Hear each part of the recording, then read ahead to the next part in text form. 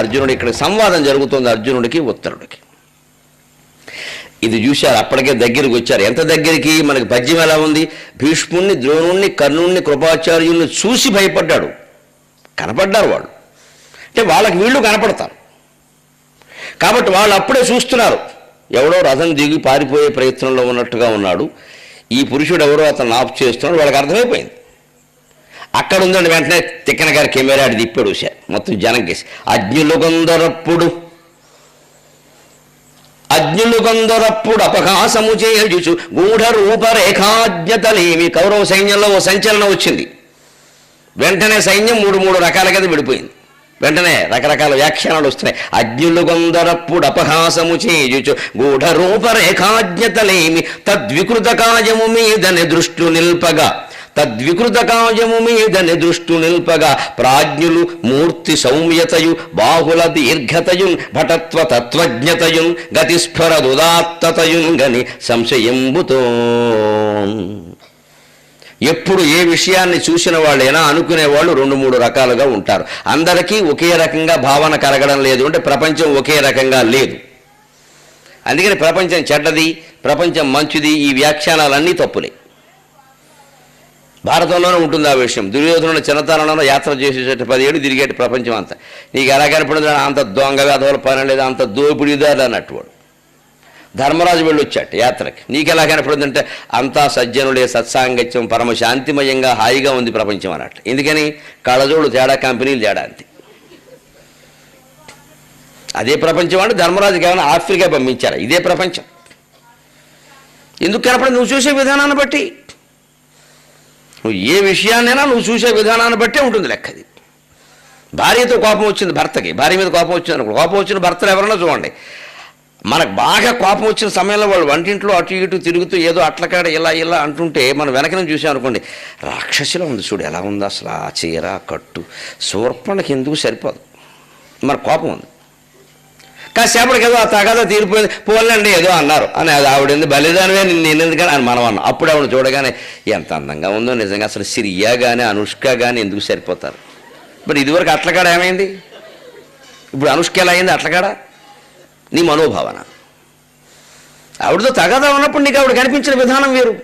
అదే చీర, అదే మనిషి, ఏం మారలేదు. మళ్ళీ ఆవిడతో ప్రశాంతంగా ఉండి ప్రేమగా ఉండేసరి ఆవిడ కనిపిస్తున్న విధానం వేరు. అంటే మనకు అర్థమైపోయిందిగా, మనం ప్రేమగా చూస్తే అంత బాగానే ఉంటుంది. మరి ఎందుకు చూడవు? నీ దృష్టి మార్చుకోకుండా వాళ్ళని మారాలని ఎందుకు కోరుతున్నావు? అంచేత వీలైనంత సర్దుకోవాలి సంసారాలు, అంటే వీలైనంత ప్రేమించండి. ప్రేమించిన వాడు ఎప్పుడైనా సరే, మగ ఆడది ఎవరైనా, వాళ్ళు మోసపోయినా భగవంతుడు కాపాడతాడండి. మనం అమాయకంగా మోసపోవచ్చు, భార్య మోసపోవచ్చు, భర్త కూడా మోసపోతున్నాడు. ఇవాళ చాలామంది భర్తలు మోసపోతున్నారు. అంతా ముదిరిపోయారని, అంత తెలివి మీరిపోయారు. ఎవరిని ఏం తక్కువ చేయడానికి వీల్లేదు. ఎవరి పట్ల అనవసర జాలు చూపించగల ఆడవాళ్ళు కూడా బాగా ముదిరిపోయారు పూర్తిగా. ప్రియుడితో కలిసి భర్త హత్య, ఎంత ఘోరమైన మాటలు వినపడుతున్నాయి. జరుగుతాయండి, కలియుగం అంటే అంతే. అంచేత ఆయన కాపాడతాడు, మన ఏం అనుమానం లేదు. ఎందుకంటే మనం అమాయకంగా నమ్మాం. అంతే తప్ప రెచ్చిపోయి గొడవ పెట్టుకుని నీ సంసారమే బయటపడింది. 10 మంది వచ్చారు, ఇంకెక్కడి నుంచి ప్రతివాడు పలకరింపులు. మన దగ్గర మన మాట అంటే బయటికి వెళ్ళి ఈ పెద్ద చేతగాని వాడు గుర్రాన్ని బట్టి రౌతులు బట్టి ఉంటుంది. ఆ గుర్రం నువ్వు పెద్ద రౌతు, ఇంటికి వెళ్ళి మాకు తెలిసి ఇక్కడ నువ్వు రౌతు గుర్రాన్ని బట్టి రౌతులు బట్టి ఉంటుంది. ఆ గుర్రం అంటే వాళ్ళ ఆవిడ గుర్రం, ఈయన పెద్ద రౌతు అనమాట. ఎందుకంటే యువతల వాళ్ళకి మొగాడు లోకు వాడికి, కాబట్టి వాడు అలా వ్యాఖ్యానం చేస్తాడు. మా ఇంట్లో ఏదైనా దడా, మాకు తెలుసా విషయాలు, నీ ఇంటి సంగతి, నీకు దడ ఆవిడికి దడ, ఈ బయట కబర్లండి ఇవన్నీ. సంసారం సహా, సామ్రాజ్యం సహా, సమాజం సహా, సమస్త తత్వశాస్త్రాలు సహా నీ దృష్టి మీద ఆధారపడి ఉన్నాయి. ఒకే మాట మళ్ళీ చెబుతున్నా, సృష్టిలో భేదం లేదు, నీ దృష్టిలో తప్ప. అందుకని ఇక్కడ కూడా 3 రకాల దృష్టులు. అజ్ఞులు కొందరప్పుడు అపహాసము చేయుచు. అజ్ఞులు మామూలు వాళ్ళు ఉంటారు, దుశ్శాసనం లాంటి వాళ్ళు, తినేసి పడుకునే రకం. ఎవడో వచ్చాడు పేరుకి వెళ్ళి ఎవడో వస్తున్నాడు, ఎవడో వీళ్ళిద్దరూ మన చేస్తాంటే రే ఇలా బయలుదేరండి బాబా, మమ్మల్ని ఆపేయండి. పశ్చిమ గోదావరి జిల్లా భాషలాగే ఉంటుంది. మా మీద ఎక్కేయండి వచ్చేసి. అయ్యవా ఇంకా మళ్ళీ వేరే మాటలు కూడా వస్తాయి. నేనంటే బాగుండదు. దుశ్శాసనుడు అలాగే అంటాడు. మరి వీళ్ళంటే యుద్ధం చేస్తాడు, యుద్ధం అనే మాట రెడీ చేస్తాడు కదా వీడికి. అటు పారిపోతాడు, వీడు బతి మాట్లాడి కోడి పందాలు పనికిరాడు, అసలు పందాలకి ఏం పనికొస్తారా. ఇది అజ్ఞులు అంటే వాళ్ళకి అంతకంటే ఆలోచించడం తెలియదు. పై రూపం చూశారు. ఆ పేడివాళ్ళు ఏదో కనపడ్డాడు దూరానికి, వీడు ఆడమొక తెలియట, వీడు యుద్ధం ఏంటరా, వీడు సారదట, వాడు రజికురట, వాడు మొహం బెక్క మొహం అయిపోయిందిరా ఎప్పుడే అంటే అప్పుడే అయిపోయినాడు, వీడు సంచి సర్దేస్తున్నాడు. గూఢరూపర్ ఏకాజ్ఞతలేమి సరిగ్గా ఇదే. ఈ మామూలు పేడివాడిని చూసి మనం నిజంగా పేడివాడు అనుకోవడం, వాడు బెక్కమొహం వేడిగానే వాడు బనికి మనవాడు అనుకున్నట్టే గొప్ప గొప్ప వేషధారణ చేయగానే మనం గొప్పవాడని కూడా అనుకుంటున్నాం. కాషాయం వేయగానే వాడు సన్యాసి అనుకుంటే వాడు కాళ్ళు ఎట్టుకుంటున్నాం. కానీ వాడికో 100 సంవత్సరాలు ఉన్నాయి అక్కడ మనం మోసపోతున్నామండి. మామూలు వేషంలో ఎలా మోసపోతున్నామో, కాషాయం కట్టేసి వచ్చి ఏకదండమో ద్విదండమో త్రిదండమో ఏదో కర్రోడు చేతితో పట్టుకుని ఇలా ఇలా ఏదో అనేసేసరికి అప్పుడప్పుడు కళ్ళు మూసుకోవడం, జపం చేయడం పెట్టేసరికి మహానుభావుడు అండి స్వామీజీ, అయ్యి బాబోయ్ ఆయన ఏదంటే అది అవుతుందండి. అనుమానం చూద్దాం వర్షాలు పడాలని. ఒక్క నిజంగా బాధలు పడినప్పుడు వర్షాలు పడమని ఒక్క స్వామీజీ కోరలేదు. అనిపించమని దమ్ముంటే చేయమని నిరూపించమని అందరం బాధలకు పడిపోతాం, అభ్యంతరం లేదు. అంత శాంతిగా ఉండవలసిందిగా ఎక్కడ ఈయన ఆశ్రమంలో ఈయన ఉంటాడే, అక్కడికి వెళ్ళమని మధ్యలో నిలబడి ఈయన తపస్సు కూడా తేలుద్దామండి. ఒక కంచి పరమాచార్య బతుకుంటే, ఒక రమణ మహర్షి బతుకుంటే, ఒక రామకృష్ణ పరమహంస బతుకుంటే అక్కడ ఉండేవాడండి. ఇక్కడ ఉండి ప్రకటనలు ఇవ్వడండి ఆయన. అక్కడ కూడా మనం మోసపోతున్నాం. కాషాయం కట్టగానే సన్యాసి కాదు, అలాగే పేడి రూపం కనపడగానే చేతకానివాడు కాదు. వాడికి కొన్ని మాత్రమే చేతకం, మనకి చాలా విషయాలు చేతకం. వాడిని అనడానికి మనం సరిపోం, పద్యం అర్థం అది. ఈ అజ్ఞానుడు దుశ్శాసనుడు ఇంకోడు ఉంటాడే, ఈ గ్యాంగ్ ఇలాగే ఆలోచిస్తారు, మనం అలాగే ఆలోచిస్తాం. వీళ్ళు పెద్దవాళ్ళని చూడ వేషం చూసి అనుకుంటారు, వీళ్ళు వేషాన్ని బట్టి ఉండవు అవి. వేషాన్ని బట్టి గౌరవించొద్దు, ప్రత్యేకం వేషాన్ని బట్టి అగౌరవించొద్దు. వేషానికి ఉండే ప్రాధాన్యం ఉంటుంది, అతిగా ఇవ్వద్దు. మంచిదండి, మీ వేషం చూస్తేనే మహానుభావుల్లో ఉన్నారు నమస్కారం అంటే ఆయనకు ఒక హెచ్చరిక. మహానుభావుల్లా ఉన్నారు, మహానుభావుడు అంటలేదు మనం, అదే మాటలో లా ఉన్నారంటే నిజంగా ఉండమని అలా మాట్లాడాలి తెలివిగా. ఇంకొంతమంది ఎందుకుట గూఢ రూపరేఖాజ్ఞతలేమి, గూఢమైన రూపరేఖలు ఉంటాయి కొంతమందికి, అవి మనం గ్రహించే శక్తి ఉండదని కొంతమందిని మీరు గమనించండి. అమ్మాయిలు అబ్బాయిలు ఎవరైనా చిన్నవాళ్ళు ఉంటారు, పెద్దవాళ్ళు గంభీరంగా ఉంటారని ఎక్కువ మాట్లాడరండి. అది గూఢ రూపరేఖ. మనం ఏమనుకుంటాం, ఒకసారి ఏం మాట్లాడేంటి ఎంతసేపు చేద్దాం, ఏం తెలియదేమో, మేబీ ఏ ఫూల్, నువ్వు ఫూల్, వాడు ఫూల్ కాదు, వాడు గ్రహిస్తున్నాడు అంత విషయాన్ని. ఎప్పుడు ఎక్కువ మాట్లాడేవాడు కంటే వినేవాడే ఎక్కువ ప్రయోజనం పొందుతాడు. మా మాస్టర్ ఒక ఆయన ఊరే గరికిపాటి ఉపన్యాసాలు ఇచ్చిన కొద్దీ మన అజ్ఞానం బయటపడుతుంది ఆయన, నాకు రోజు బయటపడుతుంది. ఇంటికి వెళ్ళాక ఏమిటో అది చెప్పేసాం ఇది చెప్పేసేవాటి అజ్ఞానమే. ఎందుకు చెప్పాల్సి వచ్చింది? ఏదో వాగమని కూర్చోబెట్టాక 2 గంటలు ఏం చేస్తామమ్మా, మీరైతే మధ్యలో వాగరు కదా, మీకేమి పోయింది కూర్చుంటారు, ఇష్టం లేకపోతే వెళ్ళిపోతారు. నేను ఉండాలి ఇచ్చాయని మీకేం పోయి మీరు వెళ్ళిపోతారు మధ్యలో, మిమ్మల్ని ఎవడు ఆపలేడు. వినేవాళ్ళు ఎంత ప్రయోజనం పొందుతారని మీరు మీ ఇష్టం లేకపోతే వెళ్ళిపోవచ్చు. నేను వెళ్ళడానికి లేదు, మాట్లాడడం ఆపడానికి లేదు. మాట్లాడేది జ్ఞానమో అజ్ఞానమో నాకే తెలీదు. మాట్లాడడం వల్ల ఎక్కువ అజ్ఞానం బయటపడుతుంది. మౌనంగా ఉంటే విజ్ఞాని. కనీసం ఏం మాట్లాడకపోతే తెలుసులనేనా అనుకుంటారు, ఊరుకో మాట్లాడక. విభూషణం మౌనం అపండితానం, తెలియనివాడు మౌనంగా ఉండవే మంచిదన్నారు శాస్త్రంలో. ఆ గూఢ రూపరేఖాజ్ఞత అందరికీ సాధ్యం కాదు. తద్వికృత కాజము మీదను దృష్టిలు నిల్పగా, మన పల్లెటూళ్ళలో బాగా వ్యాపించిన జబ్బిది. ఎవరికైనా కాస్త కాలు కుంటు కూడా అక్కల కొంచెం సొట్ట ఉంటుందండి. ఆ సొట్టకాలోడు, వాడికి పేరు లేదా గోత్రం లేదా, సొట్టకాలోడు ఏంటే, ఆ పిలిపి ఏంటి అసలు? ఆ కుంటోడు, ఆ దొడ్డికాలోడు ఏంటది అంటే, వాడి భాష్య రూపాన్ని బట్టి నడకను బట్టి మీరు పేరు పెట్టేస్తారా? ఇక వాడి మనస్సు, వాడి ధైర్యం, వాడి చదువు, వాడికున్న ఆస్తి ఏం చూడరా? పల్లెటూళ్ళు అందరికీ అసలు పల్లెటూళ్ళలో మీరు అసలు పేరు వేరు, నిక్నేమంటారు. పశ్చిమ గోదావరి జిల్లాలో అయితే ఈ పేర్లే ఎక్కువ. అసలు మా ఊరు వెళ్ళండి, మీకెళ్ళి బోడపాడు వెళ్ళి నరసింహరావు ఆయన ఎవడు అంటాడు, బాసవయ్య అంటాడు. నా పేరు బాసవయ్య. మరి మా అభిమానులందరూ ఎవరన్నా బాసవయ్య అంటే బాసమయ్య అంటారు. వీళ్ళు తెలియదు. మా ఊరు వీళ్ళు వచ్చాను, బాసవయ్య గారు వచ్చారు, బాసవయ్య గారు వచ్చారు. నా పేరు నాకే విచిత్రంగా. ఇంకొక ఆవిడంటే శరభయ్య గారు వచ్చారు, వాడు మా అన్నయ్య. ఆ పేరు నాకెట్టిందాడు, శరభయ్య గారు వచ్చారు. నేను వాడు ఒకటేలే అన్నాను నేను. ఇప్పుడు మళ్ళీ ఆవిడకి బసవయ్య ఎందుకు గుర్తు చేయాలి పని లేక. అంతేనండి, ప్రతి వాడికో నిక్కునే. గరికపడ్డారు పెద్దాడు, గరికపడ్డారు చిన్నాడు తప్పితే అసలు పేరు ఉండదు. ఆ పేరులో మీరు గమనించండి, మా పెద్దన్నయ్య నల్లగా ఉంటాడు, వీడు ఇల్లు బంగారంగానే, వాడు రిటైర్ అయ్యి 70 ఏళ్ళు ఇప్పటికే అడిగితే నా లైన్ వచ్చాడు. ఈ దేశంలో ఎవరు నల్లగా లేరు, మా అన్నయ్య తప్ప. స్థిరమండి ఆ పేరు. మా అక్క వాడిని ఒరే నల్లాడా ఉంటుంది, అది ఉంటాం. ఆ తమ్ముడు ఒరే నల్లాడా. మా వదిలి చాలా తెల్లగా ఉంది, నల్లాడు పెళ్ళం. ఆవిడ తెల్లగా ఉందని చెప్పొచ్చు కదమ్మా, నల్లాడు పెళ్ళం. ఎంత విచిత్రంగా ఉంటాయి ఈ మాటలు. అంటే తద్వికృత కాయము మీదను దృష్టిలు నిల్పగా, సామాన్య మానవులైన వాళ్ళు ఈ శరీరము, ఈ రంగు, దీని కనపడే విధానం తప్పితే అసలు లోచూపు అనేది మనకి లేదు. అందుకే ప్రపంచం మనకి తిరకాసుగా కనపడుతుంది. ప్రాజ్ఞులు నిజంగా ఏ దశకి మారాలో రెండో దశ, అందుకే 3-4 పాదాలు పెట్టాడు. సగం పద్యం ఒకటి, సగం పద్యం ఒకటి. జ్ఞానం నేర్పుతాడండి. తిక్కన విరాట పర్వం ద్వారా యుద్ధం చేయించడం కాదు. ప్రాజ్ఞులు మూర్తి సౌమ్యతయు బాహుల దీర్ఘతయున్ భటత్వ తత్వజ్ఞతయున్. ద్రోణాచార్యులు, భీష్మాచార్యులు, కృపాచార్యులు ఇలాంటి ప్రాజ్ఞులు ఉన్నారు అక్కడ, లేకపోలేదు. వాళ్ళు మూర్తి సౌమ్యతయు, పేడివాళ్ళలాగే ఉన్నాడు కానీ ఆకారం చాలా సౌమ్యంగా ఏమిటో పువ్వులా ఉన్నాడు రా మనిషి, మెరిసిపోతున్నాడు రా, అది కనిపెట్టారు వాళ్ళు. బాహుల దీర్ఘతయన్, నపుంసకుడు చేతులు ఇంత పొడుగ్గా ఉండవే అంటే సాముద్రిక శాస్త్రం బాగా చదివారు. ఎనాటమీ, మానవ శరీర నిర్మాణ శాస్త్రం చదివారు వాళ్ళు, తెలుసును వాళ్ళకి. ఇంత పొడుగు చేతులు ఉన్నాయంటే వాడు నపుంసకుడు కాదురా, ఏదో గొప్పవాడరా, ఏదో శాపవశాత్తు వచ్చి ఊహించేశారు అప్పుడే వాళ్ళు. భటత్వతత్వజ్ఞత ఇంకో ఆశ్చర్యకరమైన విషయం. ద్రోణాచార్యుడు లాంటి వాళ్ళు, భీష్ముడు లాంటి వాళ్ళు, కర్ణుడు లాంటి వాళ్ళు గ్రహించగలిగిన విషయం. ఆ నడిపే విధానం చూస్తుంటే మహావీరుడు, మామూలు వాడు అలా గుర్రాలు నడపలేడు. ఇప్పుడు నిన్నటి వరకు ట్రాక్టర్ నడిపినవాడు వాళ్ళు ఆర్టీసీ బస్సు నడిపితే ఎలా ఉంటుందో మనం చూస్తున్నాం సిటీలో. లైసెన్స్ డబ్బులు పెట్టుకునేసి లైసెన్స్ తీసుకుని డ్రైవర్లు అయిపోయారు అందరం. ఎవడు అడ్డం వచ్చినా కోసాయి కోసాయి ఏడు కోసాయి. ఎందుకంటే ట్రాక్టర్ అడ్డంగా ఇలా వెళ్ళి దమ్ము చేసే ట్రాక్టర్ అందులో ఈ మళ్ళీ ఆ చివరికి వెళ్ళాక ఈ మళ్ళీ ఈ తప్పితే బ్రేకులు ఉండవు.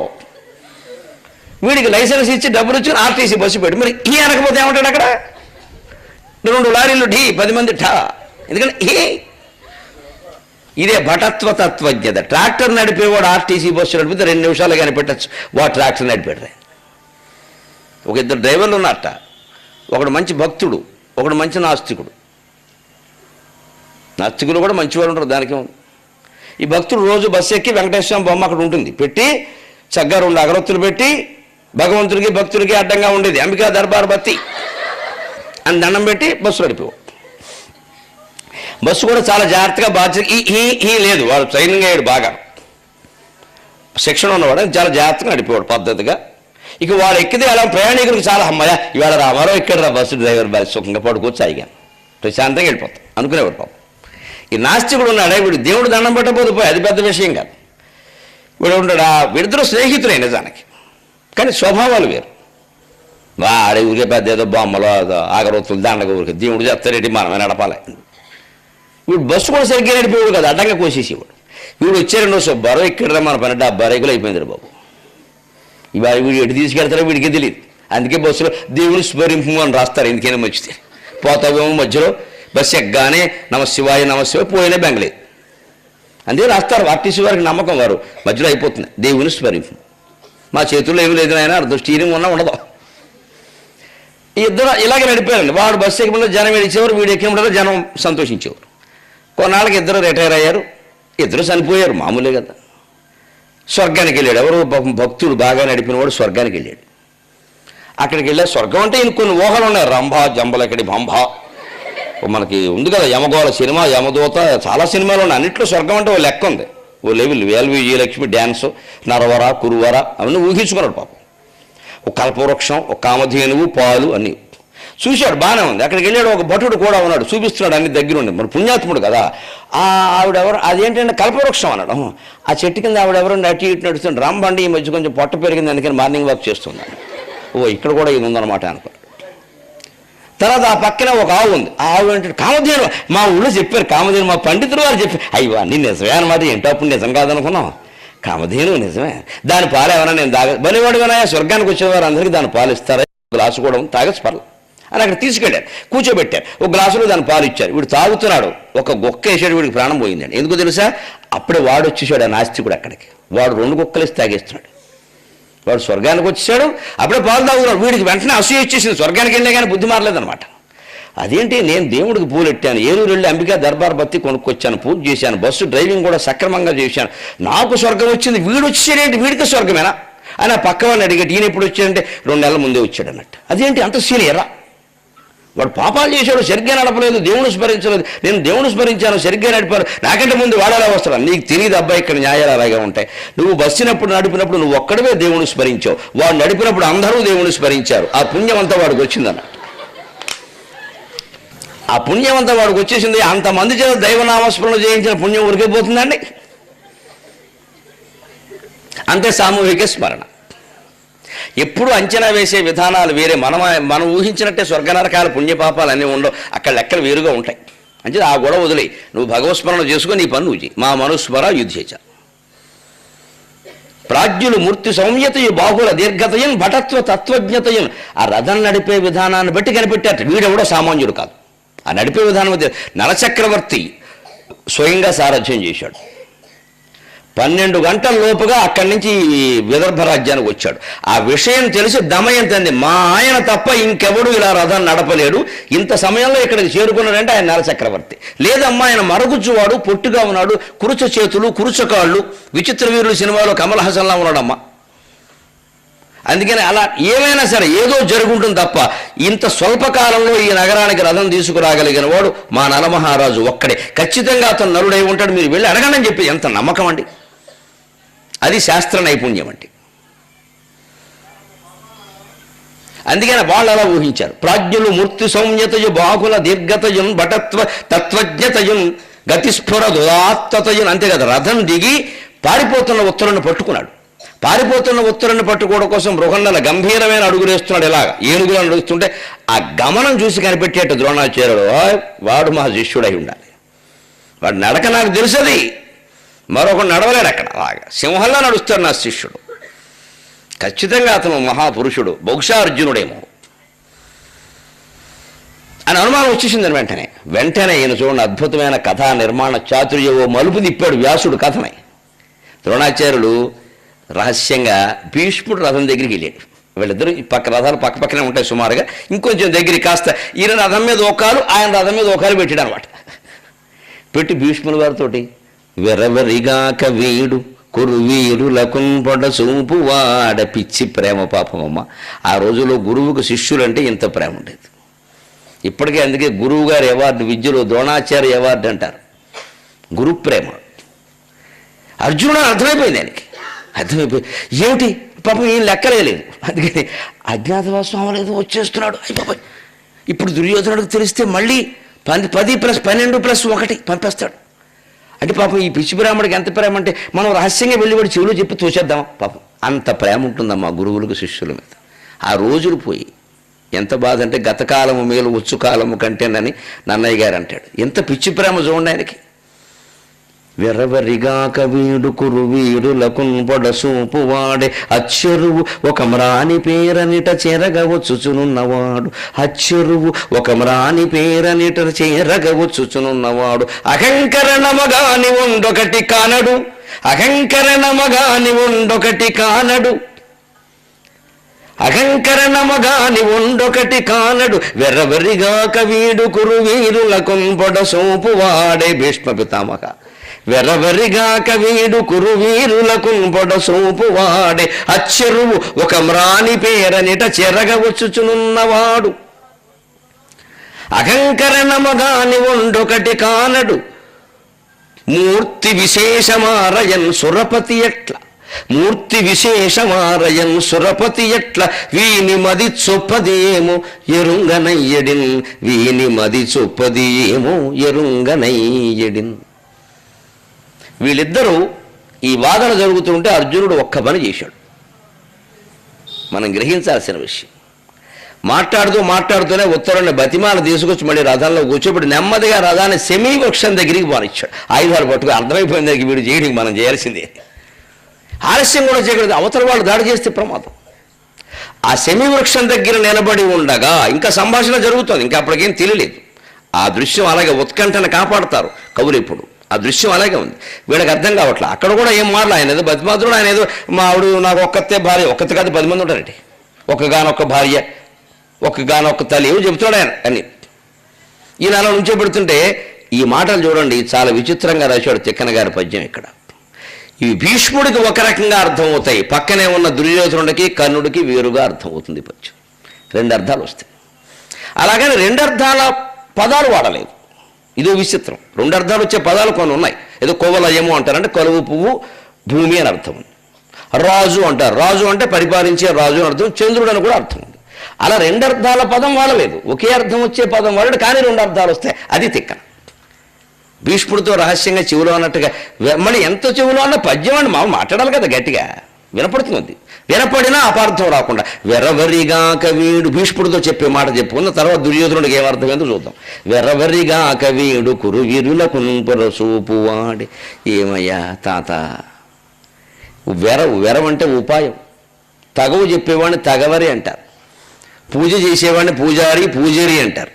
అలాగా వెరవు కలిగిన వాడిని వెరవరి అంటారు. తెలుగులో ఎరి అనేది కలుగు అనే అర్థంలో వస్తుంది. కల్లరి అంటారు అబద్ధాలు ఆడేవాడిని. అలాగా కమ్మరి, కుమ్మరి చూసుకోండి. ఆ కుమ్మే పని, కుమ్మరి పని కుమ్మరి, కమ్మం కమ్మరి. అలాగే వెరవరి, ఉపాయం కలిగిన వాడు. ఉపాయం ఉండద్దా? ఇలా బయటపడిపోతున్నాడు ఏమిటి? ఆయన ప్రేమ అండి పాపం. కురువీరులకు సోపువాడే. ఆ నడక, ఆ రూపం చూస్తే అర్జునుడని నాకు తెలుస్తుందయ్యా. బయటపడిపోతున్నాడు పితామహ. అచ్చరువు, ఆశ్చర్యం. ఒక మ్రాణి పేర అర్జునుడు, అతని పేరు అర్జునుడు. అర్జునుడు అంటే మద్ది చెట్టు. ఒక మ్రాణి పేర అంటే అర్థం అది. చెట్టు పేరు కలిగిన వాడు వచ్చేస్తున్నాడా అంటే భీష్ముడికి ఏమర్థమైంది? అర్జునుడు వస్తున్నాడా అని. అర్జున పల్గున పార్థక కిరీటీ శ్వేతవాహన బీభత్సో విజయోజిష్ణు సవ్యసాచి ధనంజయ, ఇవి ఆయన 10 పేర్లు. అందులో అర్జునుడు అనే పేరు ఎందుకు పెట్టి? తెల్ల మద్ది చెట్టులాగా పొడుగ్గా ఉంటాడు కాబట్టి వాళ్ళ అమ్మాయినకి అర్జున అని పేరు పెట్టి. అర్జునుడు చాలా పొడుగ్గా ఉంటాడు, నల్లగా ఉంటాడు మనిషి, చెట్టులా పొడుగ్గా ఉంటాడు. అందుకని అర్జున వృక్షం. ఒక మ్రాణి పేర అంటే అర్జునుడు నేరుగా చెప్పకూడదు, మన దుర్యోధనుడికి వినపడుతుంది. అందుకని ఒక మ్రాణి పేర, చెట్టు పేరు కలిగిన వాడు. కానీ పాండవులో చెట్టు పేరు కలిగిన వాడు వీడు ఒకడే. ఇట చెరగా వచ్చుచున్నవాడు మన దగ్గరికి వచ్చేస్తున్నాడే. యుద్ధం ఎందుకు? వాడు చూసి అయిపోయిందంటే మళ్ళీ చెయ్యాలయ్యా, వాళ్ళకి తెలియట్లేదు, లెక్కేసుకోలేదేమోనయ్యా. మామూలు పంచాంగం మళ్ళా చంద్రశేఖర శాస్త్రి గారితో చెప్పించకుండా పార్టీ పంచాంగాలు ఏవో వినేశారా వీళ్ళు, ఆ పార్టీ ఈ పార్టీ అన్ని అబద్ధాలే ఉంటాయి అందులో. ఆయన చెప్తే మహానుభావం లేదని చెప్తాడు కూడా బదులు కొట్టి. అందుకని ఏం పంచాంగం చూశారో ఇలా బయటపడిపోతున్నారు. ఎంత ప్రేమ చూడండి, అలా వచ్చేస్తున్నాడు అని. వెంటనే నా శిష్యుడి మీద అహంకరణమగా అనివ్వండి ఒకటి, కానీ పొగరయ్యా, తల పొగరయ్యా వీడికి. ఆ ముద్దుతో అనేమాట. ఒక బాగా ఇంటెలిజెంట్ అయిన విద్యార్థిని ఒక్కోసారి ఏదైనా ఒక తప్పు చేసి 2 మార్కులు పోయాయనుకోండి, నీకు ఒళ్ళు పొగర్రా, ఆ బిట్టు సరిగ్గా చూడండి, నీకు వచ్చిన బిట్టు కూడా రాయవేంటి, ఇలా మందలిస్తాడు చూడండి. ఆ ప్రేమ అనమాట. పాపం వాడు ఏదో 98 బిట్టు రాశాడు, ఆ 2 రాసుంటే 100 వచ్చేవి. అక్కడికి ఆ గురువు కోపం కాదు, వచ్చిన బిట్టు రాయలేదు, రాకపోతే వేరే విషయం. నీకు వచ్చింది ఒళ్ళు పొగరు, అసలు నీకు సరిగ్గా చూడవు, ఎన్నిసార్లు చెప్పాను ఇది ఇంపార్టెంట్ అని. అది గురువు ప్రేమ. అహంకరణమగా ఒకటి కానడు. ఊరే వచ్చేయడమే ఇక్కడికి. ఉత్తర గోగ్రహణం జరిగింది కదా అని ఆ రాజును కాపాడటం కోసం వచ్చేస్తున్నాడు. వాడు కాసేపు ఆకూడదా? 2 నెలకి రావచ్చు కదా, ఇంకా లెక్క అవ్వలేదు. అహంకారం ఎంతసేపు, నేనేదో వీరుని. ఇప్పుడు బయటపడితే ఏమైంది వీరత్వం? ఇది ప్రేమ అంటారా ద్వేషం అంటారా? ఎంత ప్రేమ ఆయనకి. అందుకని ఇప్పటికీ గురువుగా విలువిద్యుల అవార్డు అంటే ద్రోణాచార్య అవార్డు.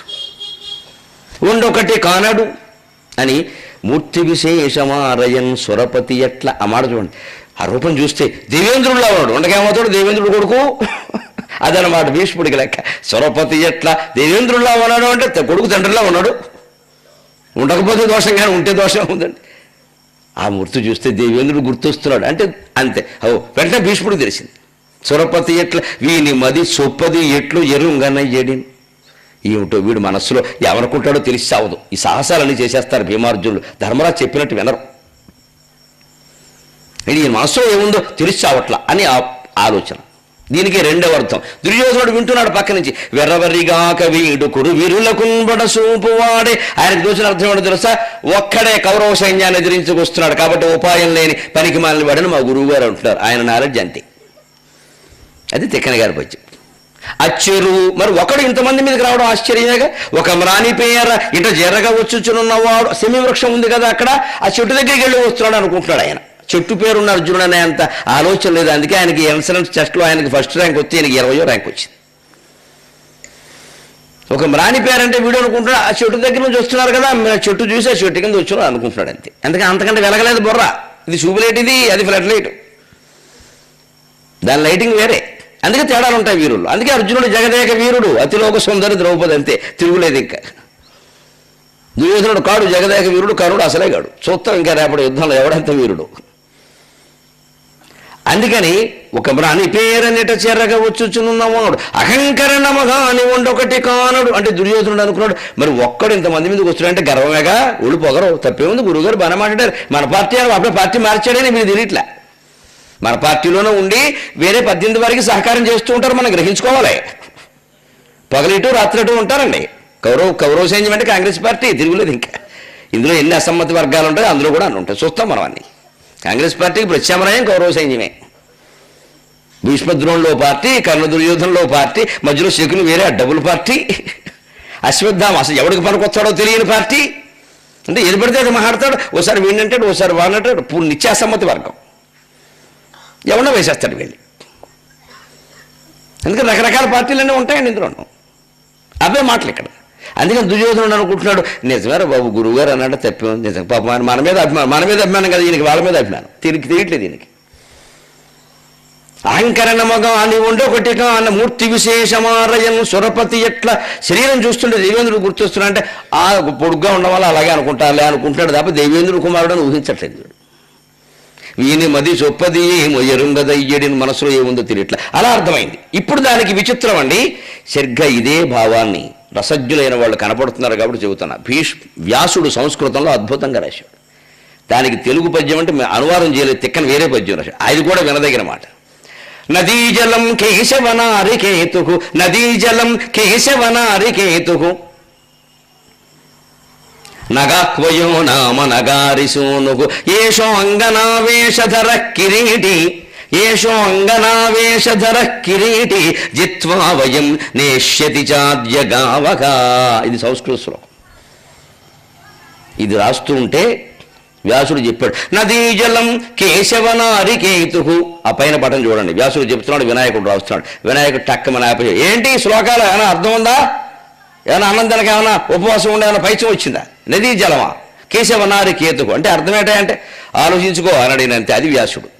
ఎందుకంటే వ్యాసుడికి వినాయకుడికి ఒక పోటీ జరిగింది. భారతం రాసి లేఖనం మొదలుపెట్టే ముందు, ఇగో ఇంతసేపు ఇలా ఊరికి ఆలోచిస్తూ కూర్చుని నేను రాయలేను, అవధానులు గారు చెప్పినట్టుగా నువ్వు వేగంగా చెప్పాలి. తెలుగుదేశంలో అవధానంలో చెబుతారు వేగంగా పద్యాలు, అలా చెప్పు అన్నాడు. మరి వేగంగా చెప్పడం అంటే ఏమిటి? కవిత్వం ఉండే 1,00,000 శ్లోకాలు ఆయన ఎలా చెబుతారు? అందుకే ఆయన అన్నాడు, మంచిది నేను ఆగకుండా చెబుతాను, నువ్వు కూడా అర్థమైతే కానీ రాయకూడదు అన్నాడు. చెప్పింది ఏదో రాసేయడం స్టెనోగ్రాఫర్ కాదు ఇక్కడ. వినాయకుడు అంటే స్టెనోగ్రాఫర్. అర్థం చేసుకుని రాయాలన్నా మాకు అర్థంగా అందుంటాయేంటి? మేము పార్వతీ పరమేశ్వరులు తనయం, ఎవడు గర్వం పడతాడు. మేము అర్థం చేసి మంచిది.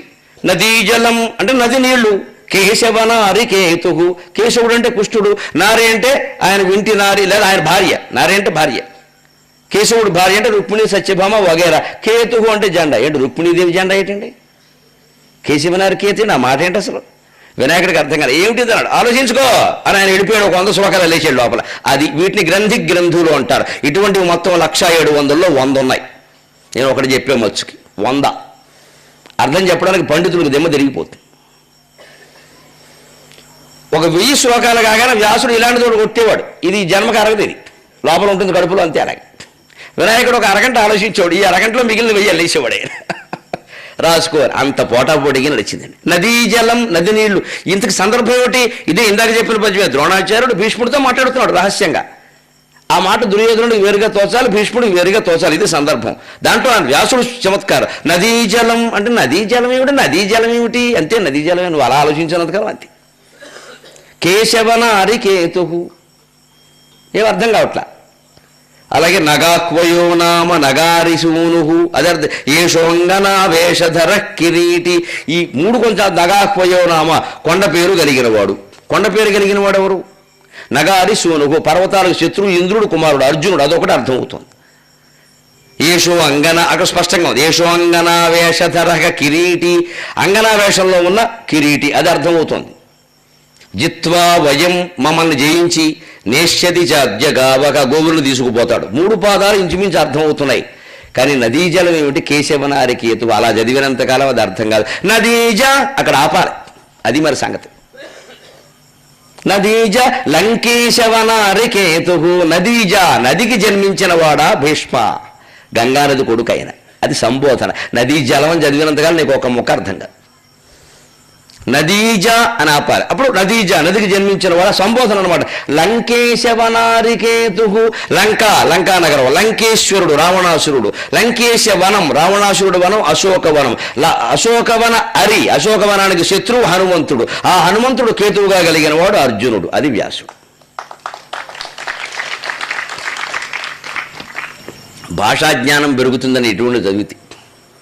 వంగతోట నుండు వరి మళ్ళలో నుండు జొన్న చేల నుండు చోద్యముగను తలుపు మూల నుండు తల మీద ఉండును దీని భావమేమి తిరుమలేశ. నేను 4వ తరగతిలో ఉండగా చెప్పారు ఈ పద్యం. దీని అర్థం ఏంటో చెప్పండి అన్నారు మా మాస్టర్. మేము బురద దిగిపోయిన తెల్లవాళ్ళు ఆలోచించాం, తెలియట్లే. వంగతోటలో ఉంటుంది, వరి చేలో ఉంటుంది, జొన్న చేలో ఉంటుంది, తలుపు మూల ఉంటుంది, తల మీద అదే ఉంటుందిట. దీని భావమేమి తిరుమలేశ. ఏమిటి ఉండేది? మట్టి. వంగతోటలో మట్టి, వరిచేలో మట్టి, తలుపు మూల మట్టి ఓడకపోతే తల మీద మట్టే, సన్నం చేయకపోతే మట్టి సారన్న. మట్టిగా కాదు, దీన్ని చాలా గట్టి జవాబు ఉంది, ఇంటికి పో అన్నాడు. ఇది హోంవర్క్ అన్నాడు. చచ్చాం రాత్రి అంతా అర్థం కాక. ఆడుకుంటున్నా ఇదే, స్నానం చేస్తున్నా, చివరికి అన్నం తింటున్నా ఇదే. వంగతోట నుండు వరిచేలలో నుండు అని అన్నం తినడం మానేసి ఆలోచిస్తుంటే మా అమ్మ అడిగింది, ఏమిటి రప్పించుకోక అన్నం తినడం మానేశారు, పద్యానికి అర్థం తెలియట్లేదమ్మా అని. నేను చెప్తాను, అది ఏమిటో చదువు. నేను చెప్పన్నాను, ఎందుకంటే ఆవిడ 3వ తరగతి చదివి మానేసి, మనం 4 సీనియర్, మనం అవమానం కదా. అందులో లేడీస్ ఎట్ట చెబుతాం, అమ్మాయినా లేడీసే. నువ్వు తెలవదులే అమ్మా, అహంకారం లేని తల్లి. సీనియర్ అంటే జూనియర్ని ర్యాగింగ్ చేయాలి, అంతేగాని అర్థం అడగడం ఏంటి? తప్పు కదా, పరువు బోధ. నువ్వు అన్నం తినడం మానేసేవారు, అందుకని నాకు బెంగన. ఆ రోజుల్లో తల్లికి నమస్కారం చేసి నాకు ర్యాంక్ రావాలని నా తల్లి కోరుకోవాలి. నేను ఇన్ని సభలో మాట్లాడాలి, ఏదో చేయాలని, నేను అన్నం తిని సుఖంగా ఉంటే చాలని కోరుకుందాడు. చచ్చిపోయే రోజు కూడా అంతే. ఆ టీవీలో వాళ్ళు ఎవరో షూటింగ్కి వస్తే ఆ సాయంత్రం కూడా వీణ అన్నం నీళ్లు తాగడం రేపు గొట్టాలేసు తయారవుతారు పొద్దున్నే అందేవాడి. నేను అన్నం తినలేదని ఆవిడకి బాధ తప్ప నేను రూపాయలు సంపాదించలేదు, మా వాడికి బిరుదులు రాలేదని లేదండి అసలు. ఆ తల్లి పెంపకం కాబట్టి ఇలా ఉన్నాం ప్రేమతోటి. ర్యాంకు, పోటీ ఇవన్నీ లేవు, ఇప్పుడు అవన్నీ పెరిగాయి. అప్పుడు నేను తెలియపోతే మీ నాన్నగారిని అడుగుతానైనా చెప్పు, ఇంకోసారి చదివాను. వంకతోట నుండు వరి మళ్ళలో నుండు జొన్న చేల నుండు చోద్యముగను తలుపు మూల నుండు తల మీద ఉండును దీని భావమేమి తెలుపుమమ్మా. ఇంకోసారి చదువు అని 3 సార్లు చదవగానే ఆవిడ వీరి భావం లేదు, నా తలకాయ లేదు, పద్యం తప్పు చదివి రాంది. పద్యం తప్పు చదవడం వీడి నదీ జలం అది తప్పే కదా మరి. తప్పు చదివారు. నేను చదువుతాను చూడండి. వంగ తోట నుండు వరి మళ్ళలో నుండు అయిపోయింది. వంగ తోట నుండు అంటే వంగ తోటలో ఏదో ఉందని ఆలోచిస్తున్నాం, అలా ఆలోచించక్కల.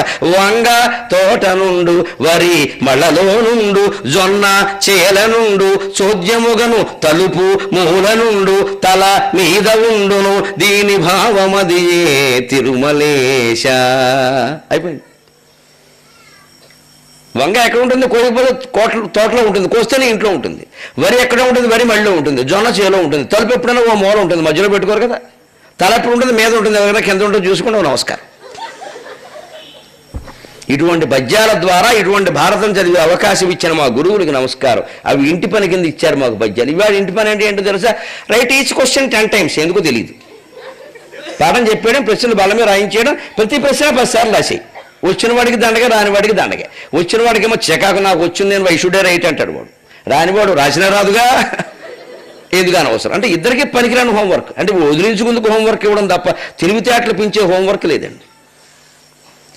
ఈ పద్యం అర్థమైతే వంగ అని ఆపాలని అర్థమైతే నదీజ అనాపు లంకేశ వనారికేతుకు తెగిపోయింది. నగ అరిసోన్ నగ అక్వయోనామ. నగము అంటే కొండ అని ఆలోచిస్తున్నావు. నగచ్చతీత నగ, చెట్టు కూడా ఉంది. చెట్టు అర్జునుడు నామం. నగారిసూనుగు పర్వతాలకు శత్రువు, ఇంద్రుడు కుమారుడు.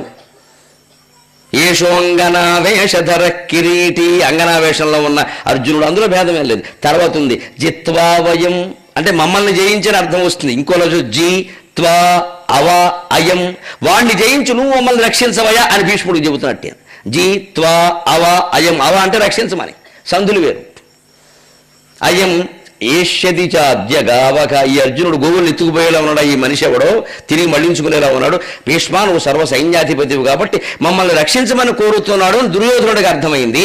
లేదు, అర్జునుడు వస్తున్నాడు ఏమైపోయిందని కంగారు పడుతున్నట్టుగా భీష్ముడికి అర్థమైంది. 2 రకాల శ్రేష్ఠాలంకారంలో వ్యాసుడు రాశాడు. అంతకు మించిన అలంకారంలో తెక్కని రాశాడు. గర్వించద్దండి తెలుగు వాళ్ళ పుట్టినందుకు ఇటువంటి మహాకవిని గురించి. ఇలా అర్థమైంది. దానికి సమాధానం చెబుతున్నాడు చూడండి భీష్ముడు. అది 2 అర్థాలు మళ్ళీ. మరి సమాధానం కూడా 2 అర్థాలు ఉన్నారుగా. తలపొగ నిమ్మగు తలపొగ రిపులకు నిమ్మగు కొలది గడచి వచ్చితిమి, తలపగ రిపులకు నిమ్మగు కొలది గడచి వచ్చితిమి, అకుంఠిత బాగా బలము నెరప తెరవయ్యడి, అకుంఠిత బాగా బలము నెరప తెరవయ్యడి, అకుంఠిత బాగా బలము నెరప తెరవయ్యడి, చలింపవలదింక మనకు శత్రుల వలనన్. భీష్ముడు కూడా చాలా తెలివిగా ద్రోణాచార్యులకు ఒక అర్థం వచ్చేలా, దుర్యోధనుడికి ఒకలా వినపడేలా చెప్పాడు. తలపుగా రిపులకు నిమ్మగు కొలది గడచి వచ్చితిమి. ద్రోణాచార్యుడికి అర్థం ఏంటంటే, అబ్బాయి వచ్చేవాడు అర్జునుడే, నాకు తెలుసు పితామహ, ద్రోణాచార్య కంగారు పడకండి. కానీ రిపులకు ఇమ్మగు కొలది గడచి వచ్చితిమి, శత్రువులు వాళ్ళని పట్టుకునేటువంటి సమయం గడిచిపోయిందంటే అజ్ఞాతవాసం అయిపోయింది, నా దగ్గర పంచాంగం సిద్ధంగా ఉంది, నువ్వు కంగారు పడకు. ద్రోణాచార్యుడికి అర్థమైంది, అమ్మాయ ఇంటికి పెద్దవాడు, ఇప్పుడు ఏదైనా తేడా వస్తే కుటుంబంలో పెద్దవాడిని అడుగుతారు, ద్రోణాచార్యుని అడగరు. కుటుంబంలో పెద్దలు చెబుతారు తీర్పుని, తాతగారు ఉన్నారు ఆయన అడుగుదాం అంటారు. తాతగారు ఎవరు? భీష్ముడే. తీర్పు చెప్పవలసింది ఏను కదా, నాకు తెలుసు, అయిపోయింది. రిపులకు ఇమ్మగు కొలది గడతి వచ్చింది, శత్రువులకు చిక్కే సమయం కాదు ఇది, వచ్చేసారు, కంగారు పడకు, డోంట్ వరీ అని చెప్పేశాడు ఆయన. అమ్మయ్య అనుకున్నాడు.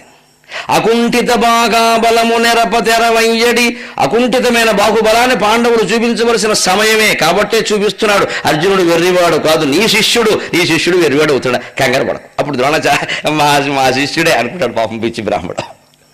ఆ ప్రేమ అండి ఇప్పుడు వెంటనే ధైర్యం, వెంటనే చలింపవలది ఇంక మనకు శత్రుల వలన అంటే అర్జునుడి పక్షంలో మాట్లాడుతున్నాడు. ఇక శత్రువులకు భయపడాల్సిన చెలించాల్సిన అవసరం అర్జునుడికి లేదయ్యా, నువ్వు కంగారు పడకన్నాడు. అమ్మయ్య అనుకుని ఈ కాలు కుడికాలు కూడా ఇటేశాడు, సిద్ధమైపోయి యజ్ఞోపేతం ఒకసారి సవరించుకున్నాడు. ఆయన గాయత్రి జపం చేసుకుని సంతోషంగా ఉంది బ్రాహ్మడికి.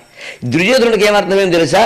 తలపగ రిపులకు ఇమ్మగు కొలది గడచి వచ్చితిమి, ఆ శత్రువులు వచ్చే ఇద్దరు ఉన్నారే వాళ్ళకి అందనంత దూరంలో మనం ఉన్నామని వీడికి అర్థమైందంటే పద్యం వీడికి అందనంత దూరంలో ఉంది. వీడికి అంతే అర్థమైంది బుర్ర. అది 70 మార్కుల బుర్రది, ఇది 90 మార్కుల బుర్రది. శత్రువులు అందుకోలేనంత దూరంలో ఉన్నామంటే వాళ్ళిద్దరే ఉన్నారు, వాళ్ళకి మనం దూరంగా ఉన్న వాళ్ళు మన వరకు రాలేరు. నిజమే, భీష్ముడు కూడా మన పార్టీయే, ఇటువంటి వాళ్ళు అమాయకంగా నమ్మేస్తారు. అకుంఠిత బాగా బలము నెరప తెరవయ్యడి, ఇప్పుడే మనం అవసరమైతే వాళ్ళు మన దగ్గరికి వస్తే మన బాహుబలం చూపిద్దాం అని అంటున్నాడు అనుకున్నాడు. నిజమే, చూపించాలిగా మరి. చలింపవలది ఇంకా మనకు శత్రుల వలన, ఆ వచ్చే ఇద్దరు శత్రువులకి మనం భయపడవలసిన పల్ల అని చెబుతాడు అనుకున్నాడు. మంగళం కోసలేంద్రాయ మహనీయ గుణాత్మని. అంటే ఖచ్చితంగా అమ్మవారిని నమ్ముకున్న వాళ్ళకి ఎవరికి ఎప్పుడు ఏ రకంగా సాయం చేయాలో ఆవిడకి తెలుసు. వాళ్ళ నోటి వెంట భాష కూడా అలాగే వస్తుంది. వాళ్ళు చిక్కుల్లో పడరు, మనం పడద్దామన్నా సరే ఏదో రకంగా వాడు తప్పించుకుంటాడు అక్కడి నుంచి. ఆ ధైర్యం ఉండాలండి అంతే. అమ్మవారిని నమ్ముకుని ఆ ధైర్యంగా ఉండాలి.